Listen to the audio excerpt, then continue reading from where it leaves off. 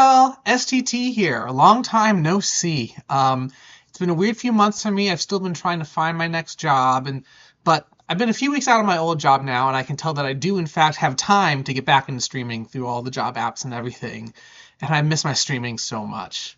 If you'd like to support me at all, there's a link to my Ko-fi down in the video description below. But right now it's time for fun, so let's go get into things. I've decided that my next big streaming thing will be a Nuzlocke of Pokemon's SoulSilver version. For anyone unfamiliar with what a Nuzlocke is, it's a playthrough of a Pokemon game with a self-imposed set of extra rules intended to make the run more difficult, to force you to use Pokemon you don't normally use, and to form a stronger connection with those Pokemon. It does this with just two simple rules at its base version. First, you can only catch Pokemon you can only catch the first Pokemon you encounter in any area. And second, if a Pokemon ever faints in battle, it's dead. You can never use it again. Some people will release it, other people just put it in a box. Options there. And these rules remove the control you have over what Pokemon you use and make you value each catch and every Pokemon you catch much more. There are variations to these rules and some additional rules that some people will use, and I'll get into my rules for this upcoming run in more detail in a little bit. Now, this actually isn't the first time I've done a Nuzlocke of Pokemon SoulSilver. I did this before, way back in my undergrad years, and even started writing a story about it. As with anything around a combination of Pokemon and difficulty, of course you're going to expect a community to grow around it. But the strong connection that people feel with their Nuzlocke teams often will bring out the creative side of many people, meaning that the Nuzlocke community itself is full of comics and animations and written stories that are direct or fictionalized versions of people's Nuzlocke runs. In fact, the very first Nuzlocke run and the name Nuzlocke itself comes from a webcomic by the first person to come up with these base rules and document their story. I was deep into the Nuzlocke community myself for a long time, being an active member on the Nuzlocke fan forums, and even running the main Nuzlocke group on DeviantArt for many years. My original SoulSilver Nuzlocke run, titled Secret of the Aura, is still up on my old DeviantArt page if you want to read it. And even though I had plans to continue the story past the Elite Four, through Kanto, and even through a black version Nuzlocke, which I'd already played entirely through, and among other Nuzlockes I'd done on other Pokemon versions, I stopped editing and posting Secret of the Aura chapters not long after I started grad school, and I dropped off DeviantArt entirely as I got close to finishing my PhD several years later. So, what's the plan now? And why am I doing SoulSilver again?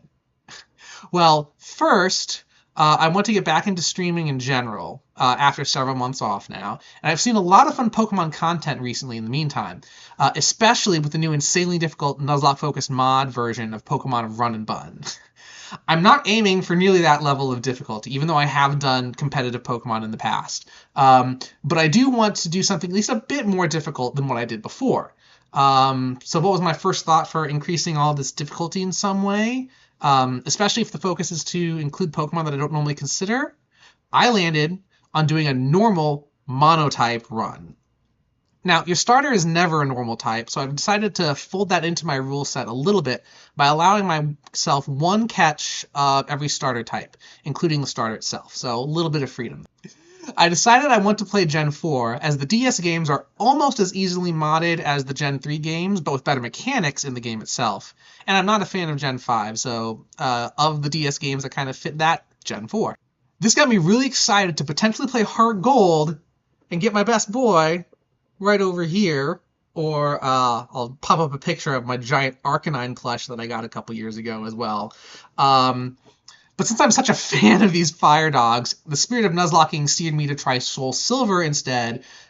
Again, trying to get Pokemon that you don't normally use. And switching from Heart Gold to SoulSilver gave the added bonus that all of the normal type version exclusive Pokemon in these two games are in SoulSilver. They're not in Heart Gold. So that ended up being the correct choice for this upcoming Nuzlocke. So, what exactly are my rules for this normal monotype-ish SoulSilver Nuzlocke? Rule number 1. If it faints, it dies. I'll create a separate box in my PC to store all my dead Pokemon, because I never like releasing things, but I do. There will be dead. Rule number 2, no heal scumming.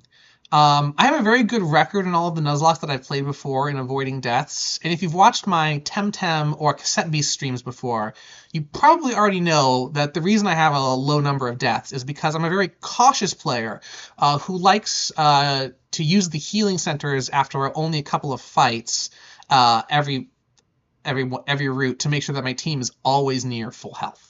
To make things harder on myself this time around, I'm going to say that whenever I enter a new route, at least from a city or something, I can't return to the previous Pokemon Center until after discovering a subsequently new area. Of course, there will be some places where I go from one route right into another route, and I'll make sure that once I get into the second route, without doing anything else, I can go back to the center. But you get the idea. You get the idea. Rule number 3.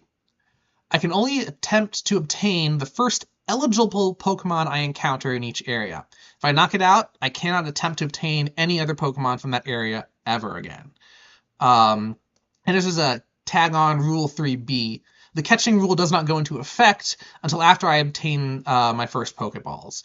I know in the Johto games you have to do a little errand before you can actually start catching things, so this is not going to prevent me from catching on any of those first routes. Now, for Rule 3, I mentioned eligibility. So, Rule 4, what is eligibility? 4A, all normal-type Pokemon are potentially eligible, barring other rules. Rule 4B, gift, trait, and event Pokemon are potentially eligible, barring other rules. So, there's some back and forth in the Nuzlocke community about how to count gift and trade and event Pokemon. I'm going to be counting them for the area that I encounter them in. So if they're not the first Pokemon I encounter in that area, I can't use them. Simple as that. Rule 4C. Pokemon with an evolutionary relative either on my team or alive in my PC are not eligible. This is what's known in the community as a dupes clause, which is similar to the first catch-only rule in helping you use new Pokemon by disallowing you from catching duplicates. And Rule 4D, the first eligible encounter in any given area does not reset in my run if a death makes an evolutionary family eligible again. So in Rule 4C, I mentioned if they had to be either on my team or alive in the box.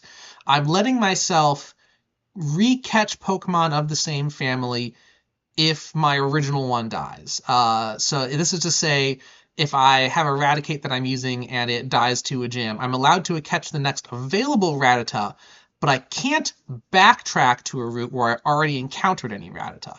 So that's just trying to keep up with the first encounter rule as best I can. Rule 4E, the first encounters overall, worldwide, of grass, fire, and water types are also eligible. This is what I mentioned earlier, allowing my starter to be eligible for use, and gives me 2 other opportunities. And I will say right now that I'm planning on getting Chikorita as my starter for this game. Chikorita being the most normal-ish of any starters I think I've ever seen. So I kind of count that there. Which allows me to catch a wild fire type and wild water type. The water type I am hoping will be the red Gyarados. So that's the event Pokemon of that area. And the fire type that I'm hoping to catch, since I can no longer get Growlithe because they're not available in SoulSilver, it means I'm probably going to try to get Vulpix, maybe Magmar if Vulpix fails. Or if I don't encounter a Vulpix, I should say. If I encounter a Vulpix and I fail to catch it, then I'm out of luck. And finally, Rule 4F for eligibility, no other Pokemon are eligible to attain. Again, this is basically a monotype run aside from those 3 exceptions. So those are the eligibility rules. Rule 5. I can have at most 1 of the non-normal type Pokemon on my team at any given point. So I can have a maximum 3 kind of in my Pokemon pool. I can only use 1 at any given point. Which will be interesting, I think, when I'm going to need to figure out these surfing rules now that I think about it. I just noticed that'll be interesting, even getting to the Red Gyarados. All right, I may have to replan things, but I've said it now. All right, maybe I don't get the Red Gyarados after all, unless one of my normal types can surf. And finally, rule number 6, I must nickname all of my Pokemon. This is a very common thing for Nuzlockers, especially those who make comics or stories about their runs. And again, it's just, since you value your Pokemon more, you get that connection. Giving them a name amps that connection up even a little more. But yeah, so those are the rules that I'm going to set out from New Barktown with. I've got a full spreadsheet ready, mapping out what catches are available to me. Which you'll see on the first stream. So hopefully Arceus blesses my RNG and I don't get any consequential quits along the way and things like that. So I will see you soon for the first installment of what I'm calling Who Wants to Be Normal Anyway? SoulSilver Nuzlocke Challenge. Okay, bye.